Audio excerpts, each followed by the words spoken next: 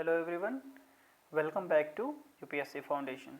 अब हम प्रोसीड करते हैं नेक्स्ट लेक्चर जो कि है chapter 2 of 6th NCERT, from hunting gathering to the growing food. ये हमारा चैप्टर का नेम है। तो इस चैप्टर में हम देखेंगे किस तरीके से जो हमारी अर्लीस्ट ह्यूमन सोसाइटीज़ थी, जो कि इनिशियली क्या थी, हंटर और गैदरर्स की सोसाइटी थी, किस तरीके से वो धीरे धीरे वो ग्रोइंग मतलब फूड ग्रोइंग सोसाइटीज़ बनती है। ठीक है, तो हंटिंग गैदरिंग जो सोसाइटी होती है वो प्री हिस्ट्रिक सोसाइटी में आती है, जो कि पैलियोलिथिक एज भी होता है। और धीरे धीरे जो ग्रोइंग फूड की सोसाइटी होती है in the beginning of the mesolithic era, जो हम मीजोलिथिक एरा में आते हैं, जब सेकेंड फेज़ में आते हैं, पैलियोलिथिक से मीजोलिथिक में आते हैं, तो हम ग्रोइंग फूड की सोसाइटीज़ को देखते हैं। तो चलिए डिस्कशन स्टार्ट करते हैं। जो हंटर गैदरर है, सबसे पहले हम जानते हैं हंटर गैदरर कौन होते हैं और वो किस तरीके से उनका मूवमेंट होता है और वो क्यों मूवमेंट करते थे। तो Hunter gatherers name come from the way in which they got their food. ठीक है, वो जिस तरीके से हंट करते थे, गैदर करते थे, फूड को गैदर करते थे, तो जिस तरीके से वो अपना फूड को उन्हें मिलता था, उसी के बेसिस पे उनका नाम हंटर एंड गैदरर रखा गया। ठीक है, they move from one place to another places. वो एक जगह से दूसरे जगह से हमेशा मूव करते रहते थे। उसके पीछे के कुछ कारण हैं, जैसे कि सबसे पहला ये कारण होता है कि सपोज करिए वो किसी जगह पे बहुत दिन तक रह गए हैं, तो वहाँ पर क्या करते हैं, वो ईट up all the plants and animal resources. जो भी वहाँ के आसपास के सराउंडिंग्स के प्लांट और एनिमल रिसोर्सेज थे, उस सभी को खा के या फिर उस सभी को खाने की वजह से वहाँ की जो प्लांट एंड एनिमल रिसोर्सेज वो पूरी तरीके से कम हो जाती थी। इसकी वजह से उन्हें नेक्स्ट जगह पे यही सारे रिसोर्सेज पाने के लिए जाना पड़ता था। Second, animal move from place to place in search of their food. जो एनिमल्स होते हैं उन्हें भी तो अपनी फूड की रिक्वायरमेंट्स होती है। सपोज करिए एक रीजन में घास खत्म हो गई, तो घास खत्म होने की वजह से क्या होगा, जो एनिमल होगा दूसरे जगह, जो ग्रास ईटिंग एनिमल होगा दूसरे जगह पे जाएगा घास के सर्च में। तो जो उसको हंट करने वाले होंगे, जो हंटर्स होंगे, उनको भी तो उस एनिमल के साथ ही मूव करना होगा। ठीक है, इस तरीके से उनका मूवमेंट इस वजह से भी होता था। तीसरा होता था plant and trees bear fruits in different season. Plants and trees होते हैं, जैसे कि आप अभी देखते हैं कि सीजनल होता है, कोई मैंगो जो होता है किसी सीजन में होता है। ठीक है, लाइकवाइज कुछ विंटर के फ्रूट्स होते हैं। तो इसी तरीके जब सीजन चेंज होते थे तो फ्रूट बियरिंग जो ट्रीज होते थे डिफरेंट रीजन में उनका वो आते थे। तो इसी वजह से जब सीजन चेंज होते थे तो डिफरेंट डिफरेंट फूड को इकट्ठा करने के लिए भी हंटर या गैदरर्स को मूव करना पड़ता था। फोर्थ एंड लास्ट जो मोस्ट इंपॉर्टेंट रीजन होता है मूवमेंट का, वो होता है people, plant and animal need water to survive. ठीक है, वाटर क्या है, मोस्ट इंपॉर्टेंट पार्ट है, जैसे कि लास्ट लेक्चर में भी हमने डिस्कस किया था कि किस तरीके से वाटर जो है सेटलमेंट का कारण बनता था। तो इसकी वजह से जब ड्राई सीजन आता था तो पीपल वाटर के सर्च में वो मूव करते थे। अब हम जानने की कोशिश करते हैं कि how do we know about the people from that past. ठीक है, आप कम से कम आप लाखों साल पहले की बात करते हैं, तो किस तरीके से हम उनके बारे में जानते हैं। तो archaeologist found some of the things that is hunter gatherers made and use like tools of stones, woods and bones.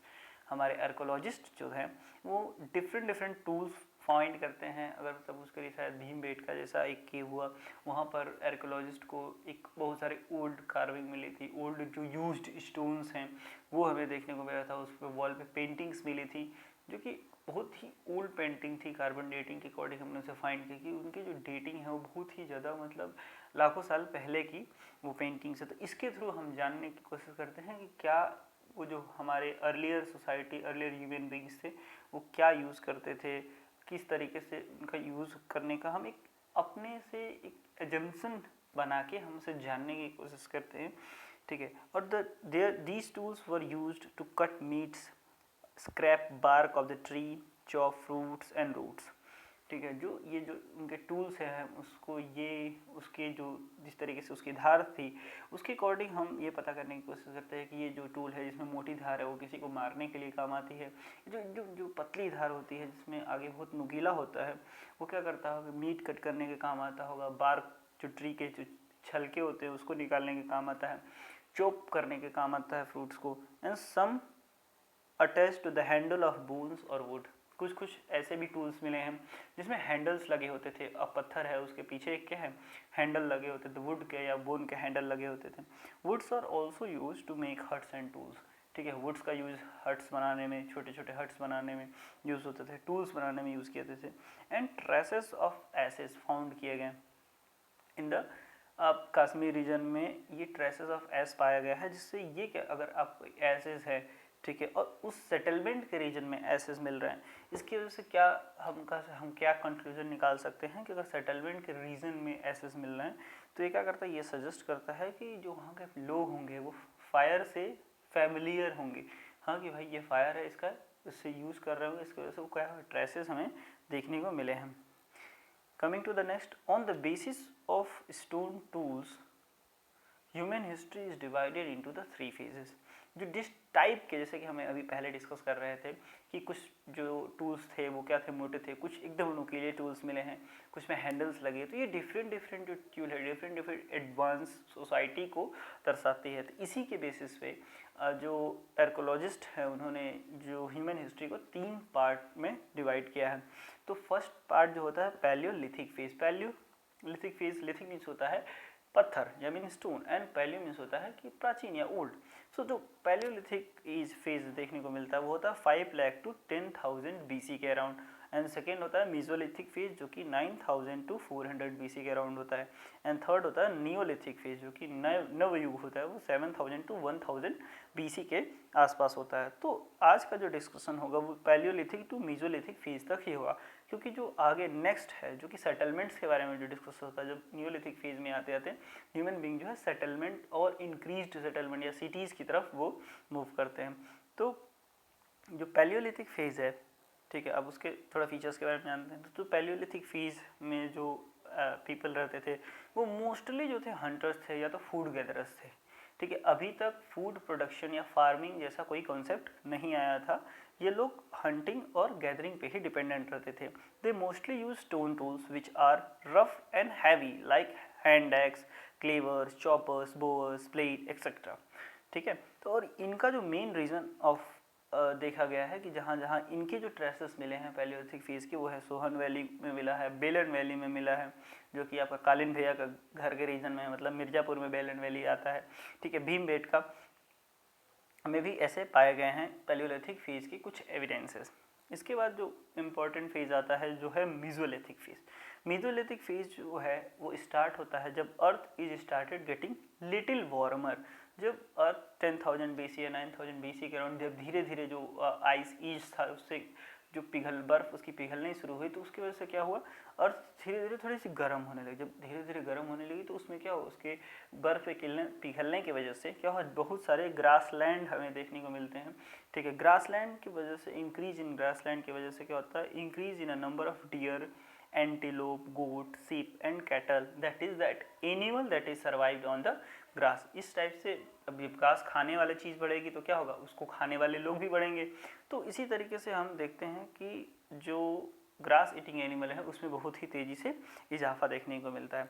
इसकी वजह से क्या होता है कि those who Hunt them now follow them, जो उसे हंट करते थे अब उसे क्या कर रहे, उन्हें फॉलो करने लगे। And learn about their food habits, वो धीरे धीरे आप किसी पर्टिकुलर चीज़ को बहुत लंबे समय तक अगर आप फॉलो करते हो तो उसके फूड हैबिट्स को भी आप जानने लगते हो, समझने लगते हो, उनके ब्रीडिंग सीजन को भी आप समझने लगते हो। तो इस तरीके से this help people to start thinking about herding and rearing these animal, ठीक है। इसी वजह से जब आप किसी उस चीज़ के बारे में वो ज़्यादा, आप सपोज करिए कैटल है जो कि वाइल्ड काउ उस समय होगा, ठीक है, उसके ब्रीडिंग सीजन को समझ गए, उसके फूड हैबिट को समझ गए, तो इसके वजह से उसके प्रति और उसके बेनिफिट्स को देखते हुए उसे वो रेयर करने की या हर्ड करने की, उसकी पालने की तरफ उनके दिमाग में ऐसा चीज़ आया होगा। इस पॉइंट ऑफ टाइम पे फिशिंग जो है एक प्रोमिनेंट वर्क हो गया था, फिशिंग भी अब प्रैक्टिस में आने लगा था, ठीक है। नेक्स्ट अब देखते हैं कि किस तरीके से लोग फार्मर बनते हैं, ठीक है। जैसे कि उस पॉइंट पर जब ग्रासलैंड बढ़ रहे थे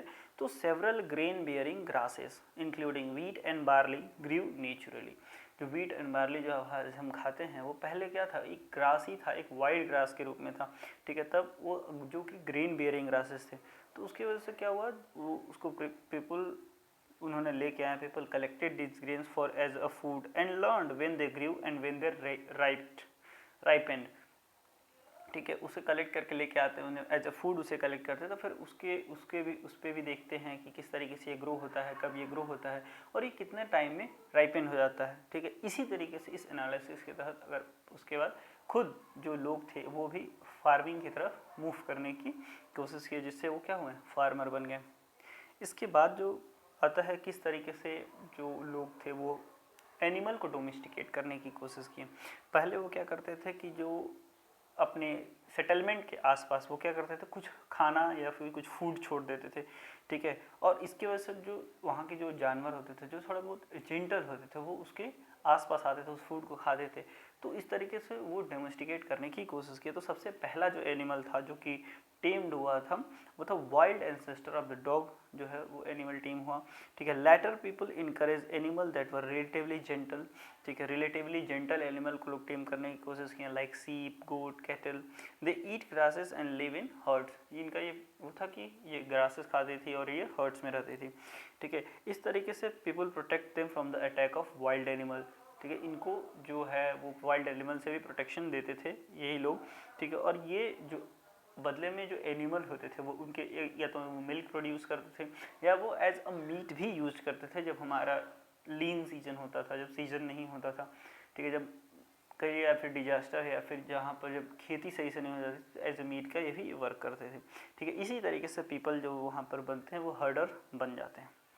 नाउ कमिंग टू द, अब देखते हैं किस तरीके से जब ये दोनों पीपल फार्मर बन गए, पीपल हर्डर बन गए, तो किस तरीके से एक सेटलमेंट को या सोसाइटी को, बिगिनिंग ऑफ द सोसाइटी किस तरीके से हेल्प करते हैं। ठीक है, due to the farming people stay longer at one places for watering, weeding, driving away animals and birds till the grain ripen. ठीक है, तो इस जब फार्मिंग पीपल करने लगे तो वहाँ उस चीज़ को वहाँ पर लोगों को कुछ ज़्यादा देर तक उन्हें रुकने का पड़ता था। क्यों? क्योंकि उनको वाटर करना था फूड को, उनको वीडिंग मतलब होता है कि सपोज करिए जो अनवांटेड ग्रास आते थे उन्हें हटाना पड़ता था, जो कि फूड जो उनका जो अदर एनिमल्स थे कहीं उनका वो फार्म उनको नुकसान ना करते उन्हें, और बर्ड्स को भगाना पड़ता था तब तक जब तक वो फूड जो है वो राइपन नहीं हो जाता। ठीक है, जब राइपन हो जाता तो उसका जो ग्रेन्स वो इकट्ठा करते थे, stored for both food and seed. अब अगली बार के लिए भी उन्हें स्टोर करने की जरूरत पड़ती थी, फूड खाने के लिए भी तो स्टोर करना ही था बल्कि एज अगले सीजन के लिए उन्हें एज अ सीड भी स्टोर करते थे। और this begins the making of the large clay pots. अब जो लार्जर, एक छोटे से बर्तन में तो चीज़ें रखी नहीं जा सकती हैं, इसलिए उनको लार्जर जो क्ले पॉट्स उसको उन्होंने बनाना शुरू किया। ठीक है, इसी तरीके से agriculture required more people to work together. ठीक है, अब एग्रीकल्चर अकेले तो खेती होने से रही। ठीक है, तो इसी तरीके से बहुत डिफरेंट लोग इकट्ठा होते हैं, तो इस वजह से क्या होता है, एक beginning of the initial society हमें देखने को मिलती है। ठीक है, अब एक जो है मेहरगढ़ का एक एग्जाम्पल लिया गया है कि किस तरीके से उस मेसोलिथिक पीरियड में मेहरगढ़ की सोसाइटी या लिविंग स्टाइल थी। ठीक है, तो मेहरगढ़ लोकेटेड नियर द बोलन पास, पाकिस्तान में एक बोलन पास है, वहाँ पर मेहरगढ़ लोकेटेड है। ठीक है, one of the places where wheat and barley grown and the rear sheep goat for the first time in this area. ठीक है, यही this is the area where wheat and barley first grown, first agriculture का जो अभी तक के known history में जो भी हमें एविडेंसेस मिलते हैं मेहरगढ़ से मिलते हैं कि फर्स्ट ग्रोन क्रॉप हमें यहीं देखने को मिलता है, और यहीं पर ही सीप एंड गोट को रियर भी किया गया था। ठीक है, तो अर्लीस्ट विलेज, ये अर्लीस्ट विलेज जैसे कि हमने पहले डिस्कस किया कि ये ही फर्स्ट नोन विलेज है, अर्लीस्ट विलेज भी है।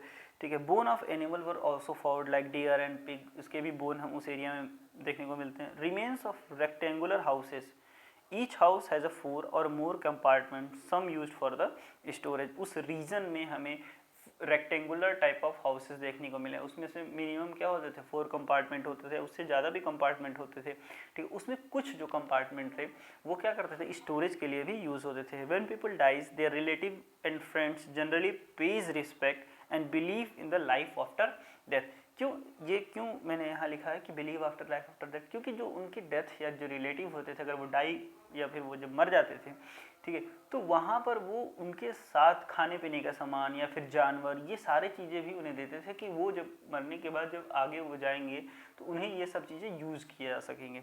इस वजह से यहाँ पर है कि believe in life after death में ये बिलीव करते थे। सो आज का डिस्कशन यहीं तक है। आगे नेक्स्ट डिस्कशन जो होगा किस तरीके से नियोलिथिक सोसाइटी में किस तरीके से लोग किस तरीके से इस्टेब्लिशमेंट और सिटीज़ का डेवलपमेंट होता है, उसमें हम इंडस वैली सिविलाइजेशन को पढ़ेंगे। So thank you for today's discussion. Have a nice day.